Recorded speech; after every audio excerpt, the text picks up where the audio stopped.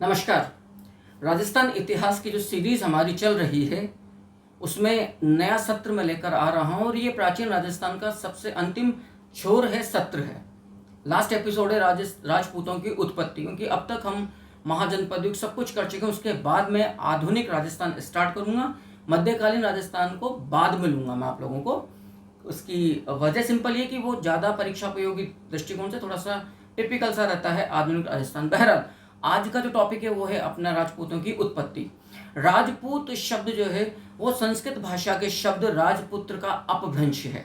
Clear. जब तुर्की आक्रमणकारी इस राष्ट्र के भारतवर्ष में आए तो उनको जो पर्शियन उनका जो एक्सेंट था, उनका जो उच्चारण था, उसमें उन्हें थोड़ी तकलीफ थी राजपुत्र बोलने में। तो उन्होंने उसका फारसी उच्चारण जो निकाला वो था राजपुत्र का राजपूता। और राजपूता का, क्योंकि राजपूता इज अ प्लूरल वर्ड, अब इसका जो सिंगुलर या एक वचन निकल कर आया वो था राजपूत।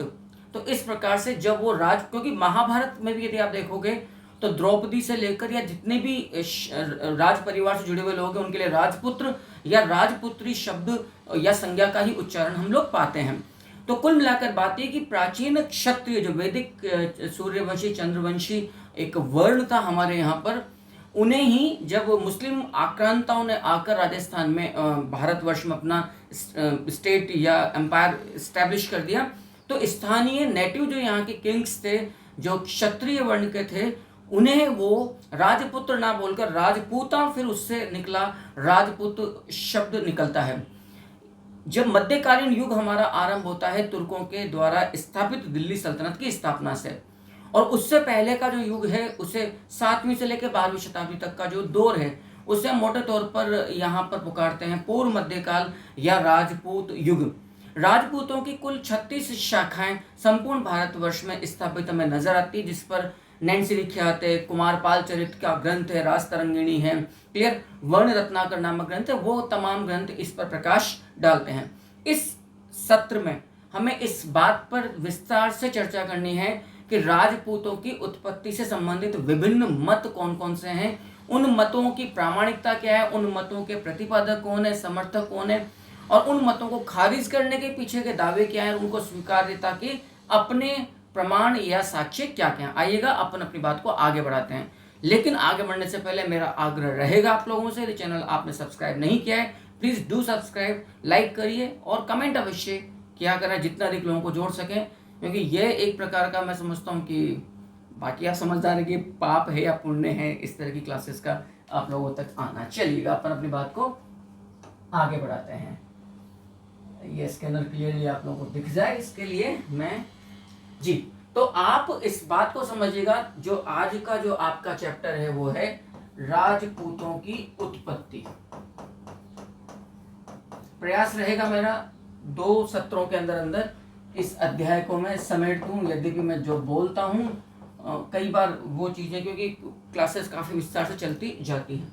एक परिचय देखें। सबसे पहली बात तो राजपूत असल में कौन है, देखिएगा इस बात को भी आप लोगों को एक बात समझना पड़ेगा। राजपूत शब्द का एक अर्थ रज प्लस पूत से भी निकल कर था। रज जो धरती है, अर्थात जिसने अपना धरती की रक्षा के लिए आत्मोत्सर्ग कर दिया, अपना सर्वस्व न्यौछावर कर दिया। तमाम जितने क्षत्रिय राजवंश हैं, यदि उनमें फूट नहीं होती, आप चाहमान ले लीजिए, गोहिल ले लीजिए, कछवाहा ले लीजिए, यद्यपि इनका एक बहुत, कोई कछवाहों को तो तुर्कों से नहीं लड़ना पड़ा, इनका तो सारा मामला ही मुगलों के संरक्षण में भी था, तो कछवाहा तो उस श्रेणी में मेरे लिहाज से नहीं आते हैं। जो मान सम्मान गुर्जर प्रतिहारों का रहा, चाहमानों का रहा, परमारों का रहा, या मैं कहूँगा आप लोगों का जो गुहिल राजवंश है या जो अन्य और राजवंश है।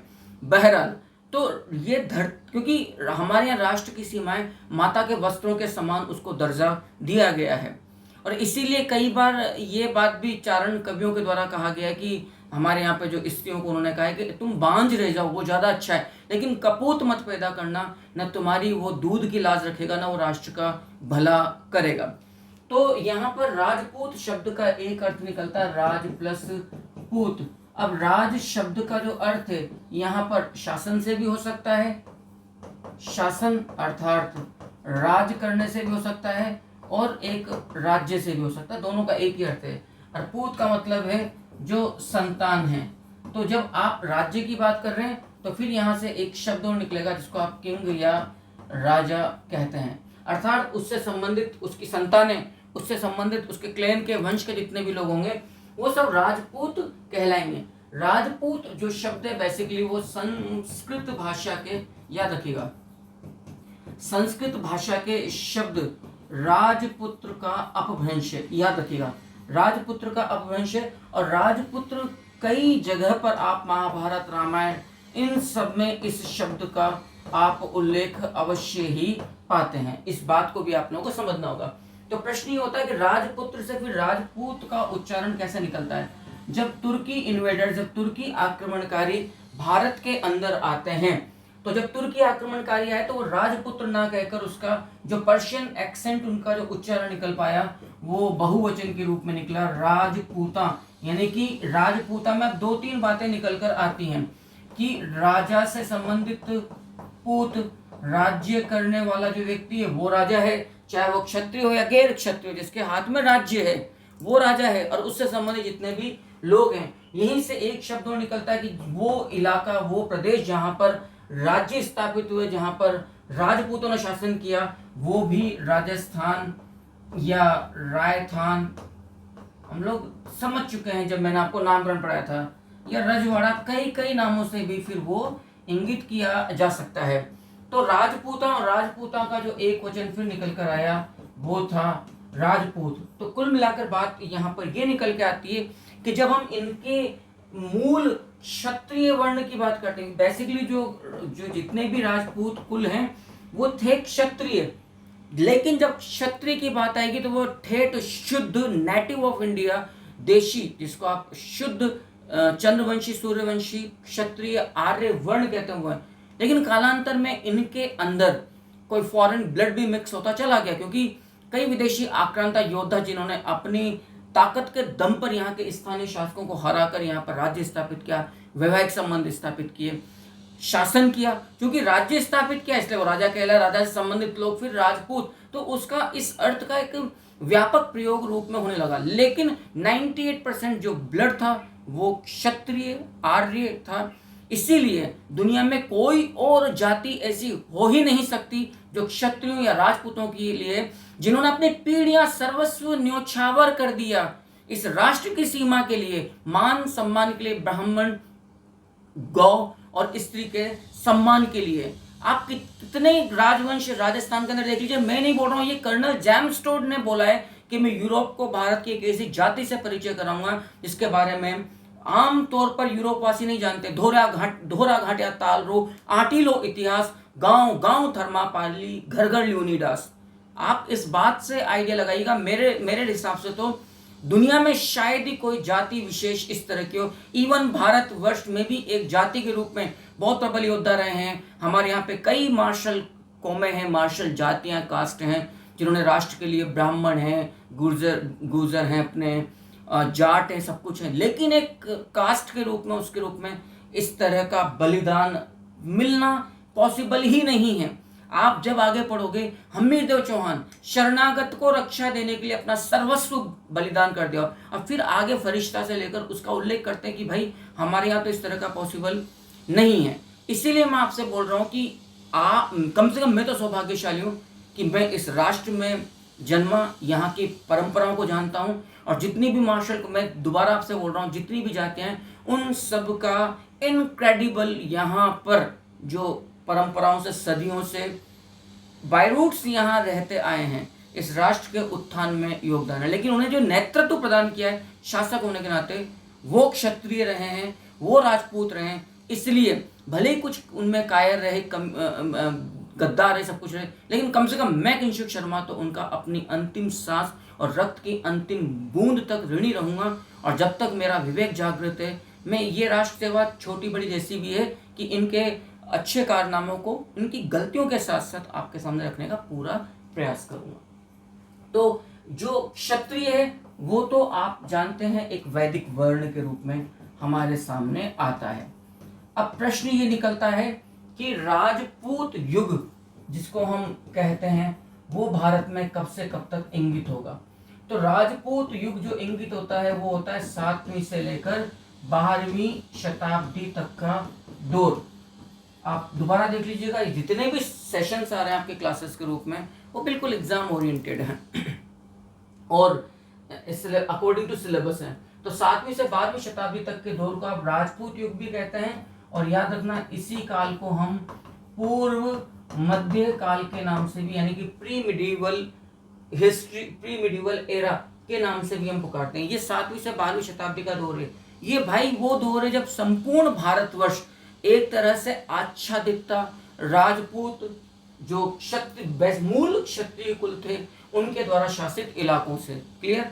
इवन जब तुर्क यहाँ पे स्थापित हो गए, बाद में मुगल स्थापित हो गए, उनका 24 × 7 जो टाइम था वो क्षत्रियों राजपूतों के साथ गठबंधन या उनके साथ लड़ाई में ही बीतता रहा है। क्लियर है? तो ये राजपूत युग हमारे सामने आता है। यदि हम राजपूतों की कुल शाखाओं की बात करें, याद रखना राजपूतों की कुल शाखाएं हमें कितनी प्राप्त होती हैं, तो याद रखिएगा राजपूतों की कुल 36 शाखाओं की हमें जानकारी प्राप्त होती है। क्लियर है? अब किन किन ग्रंथों में आपको राजपूतों की कुल 36 शाखाओं की जानकारी मिलती है? इनमें एक ग्रंथ है राजतरंगिणी, जो कश्मीर का प्रसिद्ध इतिहासकार कल्हण के द्वारा लिखा गया है। और राजतरंगिणी का तो अर्थ ही राजाओं की धारा, राजाओं की तरंगों से है। एक ग्रंथ आपको मिलता है वर्ण रत्नाकर, इसमें भी क्षत्रियों या राजपूतों की कुल 36 शाखाओं की हमें जानकारी प्राप्त होती है। इसी प्रकार का एक ग्रंथ आपको प्राप्त होता है जिसको आप कहते हैं कुमारपाल चरित, और एक तो विख्यात है जिसको आप पुकारते हैं नैनसिरी ख्यात। नैनसिरी ख्यात याद रखिएगा, नैनसिरी ख्यात जिसके लेखक हैं मुहनोत नैनसी। मुहनोत नैनसी जोधपुर महाराजा जसवंत सिंह प्रथम राठौड़ के दरबारी साहित्यकार हैं, और इन्होंने नैनसिरी ख्यात के साथ साथ एक मारवाड़रा परगनारी विगत नामक ग्रंथ भी लिखा है। मारवाड़रा परगनारी विगत को उसके विशाल आकार के कारण सर्व संग्रह ग्रंथ के नाम से पुकारा गया है, और उसकी प्रामाणिकता के कारण उसको राजपूताने का गजेटियर भी कहा गया है। रही बात नैनसिरी ख्यात की, ये राजस्थान की प्राचीनतम ख्यात है। राजस्थान का सबसे पुराना और सबसे प्रामाणिक ऐतिहासिक ग्रंथ, इसको राजस्थानी कोश, राजस्थान कोश के नाम से भी जाना जाता है। मुहनोत नैनसी को मुंशी देवी प्रसाद ने नैनसिरी ख्यात लिखने के कारण राजपूताने का अबुल फजल और नैनसिरी ख्यात को राजपूताने का अकबरनामा भी पुकारा है। जो मेरी आदत है कि रिलेटेड जितनी इंफॉर्मेशंस होंगी मैं इस प्लेटफॉर्म पर आप लोगों के सामने प्रोवाइड करता चला जाऊंगा। हटता हूं मैं, थोड़ा स्क्रीन आउट होता हूं ताकि आप यहाँ तक के मैटर को उतार लें, समझ लें आराम से। इसके बाद फिर हम अपनी बात को आगे बढ़ाते हैं।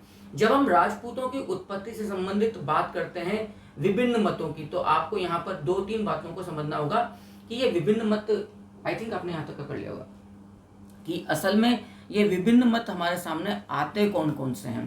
क्लियर? ये तो बिल्कुल क्लियर हो गया। राजपूतों की उत्पत्ति से संबंधित प्रमुख जो सिद्धांत हैं वो एक एक करके हम अब आपके सामने लेते हैं। असल में क्या है, ये सारा जो रायता है ना, ये फैलाया हुआ है जो वेस्टर्न अप्रोच वाले हिस्टोरियंस है या उनके फॉलोअर्स हैं, स्पेशली कैम्ब्रिज और ऑक्सफोर्ड स्कूल से जुड़े हुए जो हिस्टोरियंस हैं। क्योंकि उन्होंने, उसकी वजह क्या थी कि उनकी प्रॉब्लम क्या थी, जब ब्रिटिशर्स यहाँ पर आए तो उन्होंने एक थ्योरी कॉन्सेप्ट को हम पर थोपा, वाइट मैन बर्डन की, श्वेत व्यक्तियों का बोझ, कि वी वाइट मैन हैविंग, हमें वरदान प्राप्त हुआ ऐसा प्रभु ईसा मसीह से कि तुम दुनिया में फैल जाओ और फैल कर जो भी असभ्य लोग हैं उनको सभ्य बनाने का प्रयास करिए। जिनको शासन नहीं आता आप उनको आप लिटरेट करिए, उनको आप प्रैक्टिस करवाइए, उनको आप ट्रेंड करिए। So we are here, we are not here to rule you, to govern you, we are here to train you. Clear? We are here to make you civilised, हम आपको वो बना, ऐसा ऐसा ऐसा उन्होंने ब्ला ब्ला ब्ला बकवास सी उन्होंने करी है। क्योंकि वो ये नहीं, अपने शासन की क्रूरता, अपने शासन की नाकामी और शोषण को वो इस बकवास के जरिए छिपाना चाहते थे। अतः वो एक प्रकार के मतलब बाइज्ड थ्योरी लेकर आए कि भारत में कुछ भी अच्छा नहीं है, जो कुछ भी अच्छा है वो हमारे आने से हुआ है, और यदि पहले से कुछ अच्छा था हमारे आने से पहले तो वो भी इम्पोर्टेड है, बाहर से आया हुआ है। उनमें क्षत्रिय जाति ये विदेशी है, आर्य ये विदेशी हैं, मतलब हर बात को उन्होंने ये वजह थी। और फिर भारत की बहुत बड़ी समस्या है याद रखिएगा, बुरा मत मानना, मैं थोड़ा सा लीक से हटकर बोल रहा हूँ, लेकिन अब मैं मजबूरी मेरी, असल में कुत्तों को ये देश बहुत भाता है, बहुत भाता है, और विदेशी कुत्तों को तो ज़्यादा भाता है, क्योंकि इस राष्ट्र में भौंकने की जितनी आज़ादी है भाई साहब पूरी दुनिया के किसी भी मुल्क में नहीं है। फिर चाहे वो कुत्ते इटली के हों, चाहे अमेरिका के हों, चाहे वो ब्रिटानी कुत्ते तो खैर थे ही सही। अब आपके ऊपर है, मैं कम बोल रहा हूँ, समझना आपको ज़्यादा है कि मैं राइट। अब आप आइडिया लगाइएगा, वरना कोई हो सकता है क्या कि विदेशी रक्त जिस जाति में मिश्रित हो वो राष्ट्र के लिए सर्वस्व न्यौछावर कर देगा अपना? पॉसिबल है भाई, दुनिया के किसी भी मुल्क में नहीं हो। सिर्फ एक स्पार्टन्स को यदि मैं छोड़ दूं, और स्पार्टन्स की जो हिस्टोरिकल लिगेसी वो इतना लंबा नहीं है, वैसा तो नहीं है जो कि मेरे यहाँ पर है। जब वो कह रहा है कर्नल जेम्स टोड कि गांव गांव में थर्मोपोली और घर घर में ल्यूनिडास जैसा यहाँ पर प्रबल स्पार्टन योद्धा है, तो इसलिए मेरा ये कहना है कि आप लोग कम से कम अपनी छाती पर, अपने गौरव पर या अपने इतिहास पर गौरव करना सीखिए। क्योंकि यदि आप लोगों ने शस्त्र और शास्त्र दोनों को भुला दिया, यदि आपने शास्त्र पढ़ना भुला दिया तो अपनी संस्कृति खो दोगे। जनरली आप एक समस्या भी इस जनरेशन के साथ देख लो, शस्त्र चलाना आपने छोड़ दिया, जो हमें सिखाया गया, जो हमें बाध्य किया गया, वर्नाकुलर जो एक्ट था, आर्म्स एक्ट जो था, माफ करना, नॉट वर्नाकुलर, जो आर्म्स एक्ट था, उसके जरिए कि भारतीय शस्त्र नहीं रखेंगे। यदि आप शस्त्र चलाना छोड़ दोगे भाई साहब, संस्कृति तो छोड़िए, आपका इतिहास, भूगोल पूरा बदल जाएगा। जो हुआ, एक तरफ पाकिस्तान, एक तरफ बांग्लादेश। तो कम से कम राजपूतों के ऊपर जब तक इनका विवेक जागृत था, इन लोगों ने बिल्कुल अक्षुण्ण भारतीय सीमाओं की रक्षा करी है। तो इसलिए कोई विवाद नहीं हो सकता। लेकिन अब colonel James Tod, Jackson, William Crook, सरीखे और उनके जो फॉलोवर, जो इंडियन हिस्टोरियंस थे, उन लोगों ने जो मत प्रस्तुत किए, फिर संदेह तो उत्पन्न होता है। तो राजपूतों की उत्पत्ति से संबंधित कई सारे मत हमारे सामने आते हैं, देखिएगा।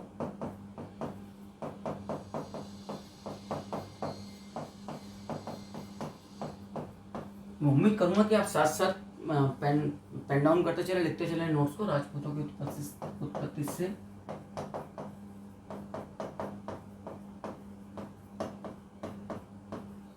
संबंधित सिद्धांत, ठीक। इनमें पहला है, याद रखना, विदेशी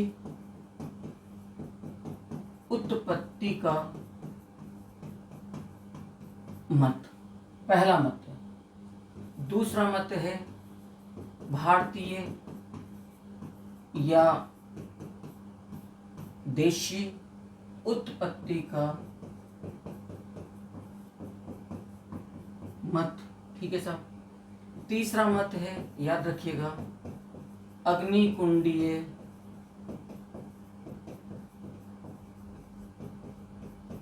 अग्निकुंडीय सिद्धांत, क्लियर।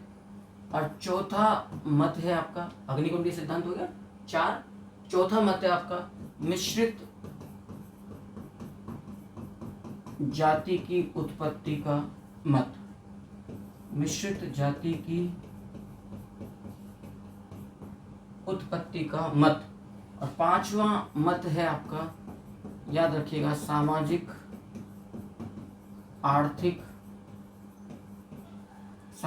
आर्थिक उत्पत्ति का मत, क्लियर है। अब जो विदेशी उत्पत्ति का मत है, मैं साथ के साथ लिख देता हूं कि किस किस के द्वारा सिद्धांत दिए गए, ताकि आपके सामने स्टेप बाय स्टेप चीजें क्लियर होती चली जाएं। विदेशी उत्पत्ति का जो मत है वो दिया गया है, याद रखना, कर्नल जेम्स टोड के द्वारा। और हम लोग पढ़ चुके हैं, Colonel James Tod known as a father of Rajasthan history, एवं इसे घोड़े वाला बाबा भी पुकारा गया है, क्लियर है। अब इसके समर्थक हुआ, अभी हम जब एक एक मत को विस्तार से खोलेंगे तब आपके सामने लेते चलेंगे।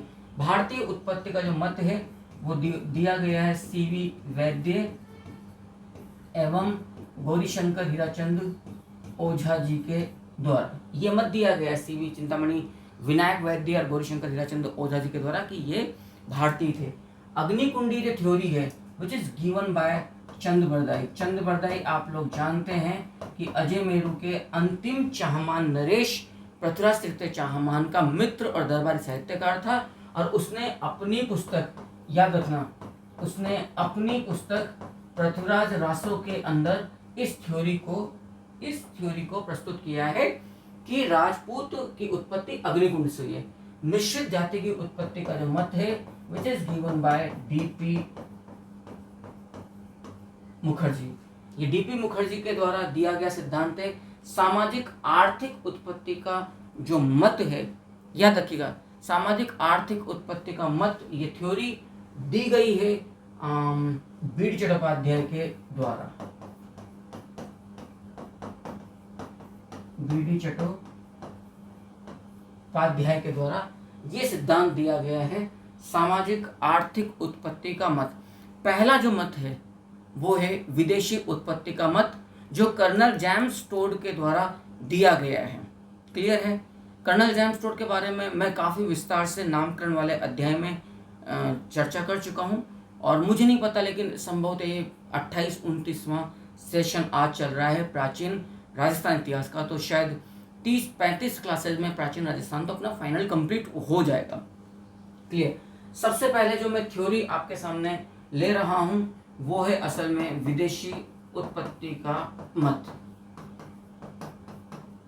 तो आज के इस सत्र में हम इस थ्योरी को तो बहुत अच्छे से पढ़ लेंगे। अब जैसा कि मैंने कहा, ब्रिटिशर्स एक पूर्वाग्रह के साथ इस देश में शासन करने आए थे कि इस देश के लोगों को कुछ नहीं आता है। और वैसे भी जब आपको ये लग जाता है कि सामने वाला आपसे बहुत ज़्यादा धर्म पर, अध्यात्म पर, भौतिक उन्नति पर, इन सब पर बहुत ज़्यादा विकसित है, इनकी हिस्टोरिकल जो लिगेसी वो बहुत रिच है, प्रॉस्परस है, तो फिर आप तरह तरह के षड्यंत्र, आडंबर रचते हैं अपने छल कपट को दबाने के लिए। वही अंग्रेजों ने यहाँ पर किया। उन्होंने भारत की हर चीज़ को विदेशी मूल का बतलाने का प्रयास किया, क्योंकि वो खुद भी वेस्ट से ही भारत में शासन करने के लिए आए थे और छल कपट से उन्होंने यहाँ की सत्ता को पाया था। उसमें उनकी गलती नहीं है भाई, छल के लिए भी विवेक की आवश्यकता होती है, लेकिन मैं विषय से नहीं भटकना चाहता हूँ, मैं सीधी बात करूँ। तो इन लोगों ने इस सिद्धांत के तहत कि हमारा जो व्हाइट मैन बर्डन थ्योरी है उसके तहत इन्होंने इन जो, क्योंकि ये राजपूत जाति ऐसी जाति रही है जिसके बारे में जब कर्नल जेम्स टोड 1818 ईस्वी में मेवाड़ में पॉलिटिकल एजेंट बनकर मेवाड़ महाराणा भीम सिंह के शासनकाल में उदयपुर में अपॉइंट किया गया था, जब उसने जितना अपने, क्योंकि उसके अंदर कौतूहल था, कौतुक था, जिज्ञासा थी यहाँ की कल्चर, रिचुअल्स, ट्रेडिशंस को जानने का, जो स्पेशली राजपूताना का अपना एक ट्रेडिशन था और एक तरह की क्लोज सोसाइटी थी, कारण कि आपका अपना एक जीवन शैली थी, आइसोलेटेड जीवन शैली थी आपकी। क्लियर? सभी जातियों की स्पेशली। तो वो बड़ा अचंभित था, वो बड़ा अचंभित था यहाँ के शौर्य, यहाँ के बलिदान, सेक्रीफाइसेस जो भी हुए करे। तो उसने अपनी पुस्तक annuls and antiquities of Rajasthan के प्रथम खंड में राजपूतों के बारे में ये बात लिखी है। कर्नल जेम्स टोड बहुत स्पष्ट तौर पर इस बात को लिखता है कि राजपूत अपने देवताओं को सुरा और रक्त, शराब और रक्त अर्पित करते हैं तथा खून बहाया करते हैं, अतः ये शांति प्रिय आर्यों की संतान हो ही नहीं सकते हैं। कर्नल जेम्स टोड ने राजपूतों को विदेशी आक्रमणकारी शक-सीथियन की संतान बतला दिया है। वो कहता है कि कुछ प्रथाएं इस तरह की राजपूतों की जो शक-सीथियनों से मिलती है, सूर्य पूजा, अग्नि पूजा, अस्त्र पूजा, अशु पूजा, सती प्रथा, अश्वमेध यज्ञ आदि आदि। तो सीथियन सोसाइटी और राजपूत सोसाइटी दोनों में ये प्रचलित था। अब मैं आपको कुछ विस्फोटक, यदि मैं आपके सामने एक सामग्री पेश करूं, यद्यपि मुझे अलग से उसके लिए क्लास से एपिसोड्स या वीडियोस बनाने पड़ेंगे। शक-सीथियन भी कुछ नहीं है, क्योंकि महाभारत में इस बात का बहुत स्पष्ट उल्लेख है, इस तरह के रिसर्च हमारे सामने आज है कि तमाम वो क्षत्रिय महाभारत काल में जो वैदिक परंपराओं को फॉलो नहीं कर रहे थे और उन्हें वैदिक समाज से बहिष्कृत करके लगभग इस राष्ट्र से निर्वासित कर दिया गया था, और वो इस राष्ट्र की सीमा से परे जाकर जो विदेशी उस समय की कंट्रीज थी वहां जाके जम गए। वही फिर भारत में आक्रमणकारी के रूप में अपनी ऐतिहासिक विरासत से अपना को संबंधित करते वापस लौट कर आए, वही शक-सीथियन और कुषाणी। यही वजह है कि अधिकांश शकों ने और कुषाणों ने, इस बात से तो कोई इनकार नहीं कर सकता, कि यहाँ के धर्म को अपनाया, यहाँ के देवताओं को अपनाया, यहाँ के जैसे नाम अपनाए, जैसे वासुदेव, रुद्रदामन, कनिष्क। लेकिन फिर वो थोड़ा विषय से भटकना होगा, क्योंकि मैं पहले बोला, जब आप एज ए स्कॉलर, आप टीचर के रूप में आते हो, विद्यार्थी के रूप में गहन शोध करके जब आते हो, आपके पास बहुत कुछ होता है कहने सुनने के लिए। मैंने चूंकि आपसे वायदा किया कि ये सेशन सारे एग्जाम ओरिएंटेड होंगे, तो मैं वही बात करूंगा जो आपको सफलता दिलाए। मैं अनावश्यक ज्ञान नहीं देना चाहूंगा, उसके लिए कहीं और। तो कर्नल जेम्स टोड ने इस मत को प्रतिपादित किया, और अपने मत को प्रतिपादित करते हुए अपनी पुस्तक में वो लिखता है कि असल में राजपूत विदेशी हैं और विदेशी आक्रमणकारी शक सीथियन की संतान है। अब कर्नल जेम्स टोड की इस थ्योरी का जो सपोर्ट किया वो कनिंघम ने किया, जैक्सन ने किया, विंसेंट आर्थर स्मिथ ने किया, D.R. भंडारकर ने किया, विलियम क्रुक ने किया। आइएगा देखते हैं। तो पहली बात, तो जो ये मत दिया गया विदेशी उत्पत्ति का मत, इस मत का प्रतिपादक कौन है, जरा इस थ्योरी को आप लोग देख लीजिएगा। इस मत के प्रतिपादक है साहब Colonel James Tod, father of Rajasthan history. Fine. अब कर्नल जेम्स टोड को किस रूप में जाना जाता है? कर्नल जेम्स टोड को जाना जाता है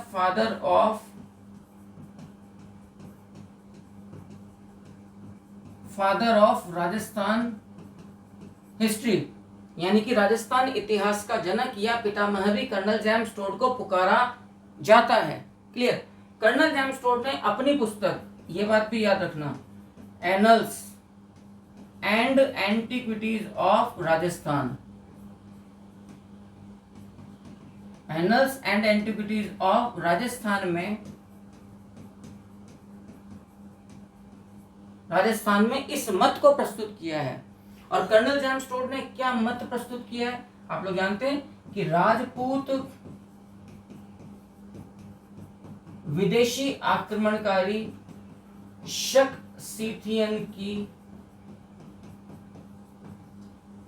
संतानें हैं। राजपूत विदेशी आक्रमणकारी शक सीथियन की संतानें हैं। क्योंकि कर्नल जेम्स टोड ने दोनों जो डायनेस्टीज हैं, जो दोनों सोसाइटीज हैं, इनमें कुछ ट्रेडिशंस और कस्टम्स की इक्वालिटी को एस्टेब्लिश किया है और बड़ा हल्का बयान दिया है। भाई ये कोई लॉजिक नहीं होता कि एक क्लास में मोहन नाम के दो पिता तो उनके बाप का नाम भी एक होगा। ये कौन सा लॉजिक हुआ? अब इस मत के समर्थक, इस मत के सपोर्टर्स, समर्थक कौन कौन है? तो वो हैं, याद रखना, Cunningham, Jackson, V.A. Smith, William crook,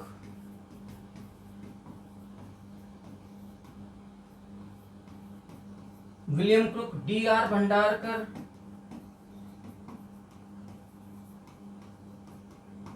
याद रखिएगा, D.R. भंडारकर, ये इस विदेशी उत्पत्ति की थ्योरी के समर्थक हैं।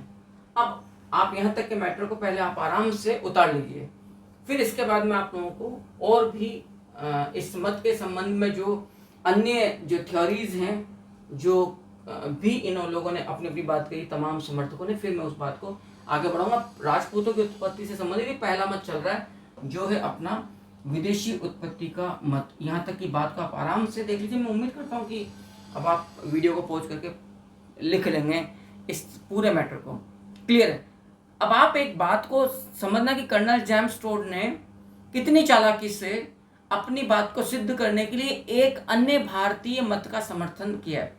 जनरली इन लोगों ने इंडियंस को बास्टर्ड, ब्लडी इंडियंस और यहाँ के रिलीजन और ट्रेडिशंस को अंधविश्वास बतलाया है, अवैज्ञानिक बतलाकर हमन